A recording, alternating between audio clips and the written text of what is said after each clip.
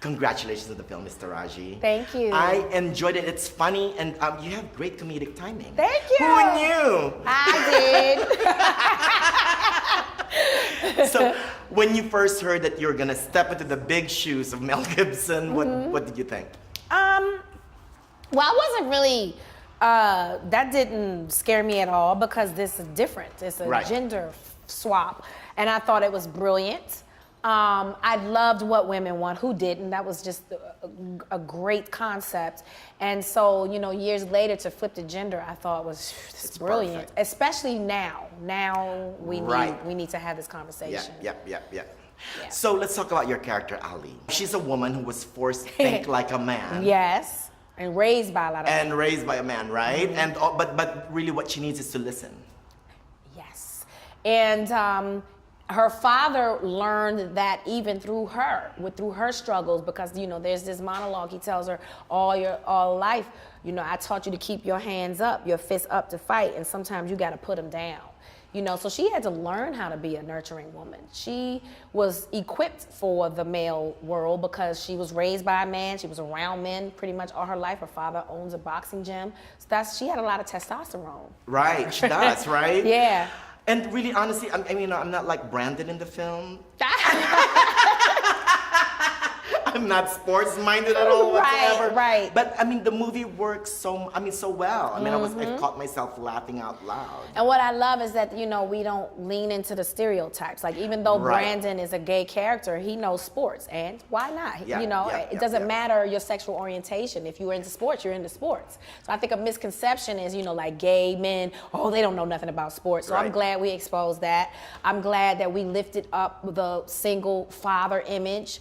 And the way we handled and cared for the men in this film is not about male bashing at all. No, that's right. Let's talk about how does this film works into the whole Me Too movement right now?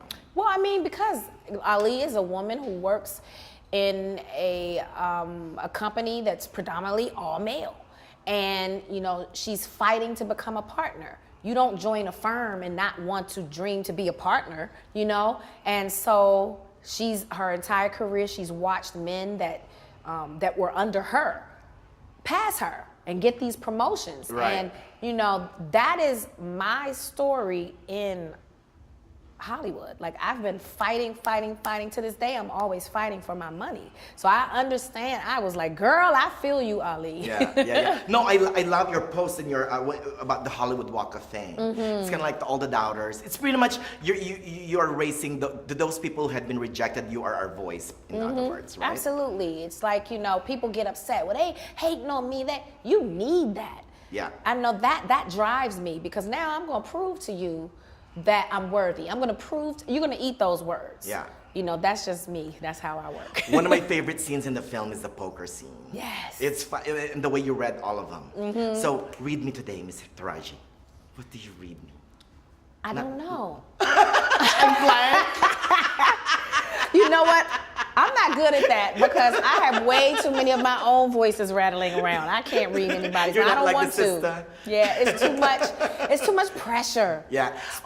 At the end, okay, so take us, what do you want the audience to take away from the film? I literally want the audience to take away that it is really a real problem for women and equal pay. It's not a joke, you know. It's so much a problem that we made a movie about it. You're right. You know, we have a movement. Like, we're not just, you know, women bitching and complaining. This is a real problem in the workforce. But at least you're making them laugh. Yes, but we're teaching as well. There we go. Thank you so much, Thank Mr. you. Raji. This is great.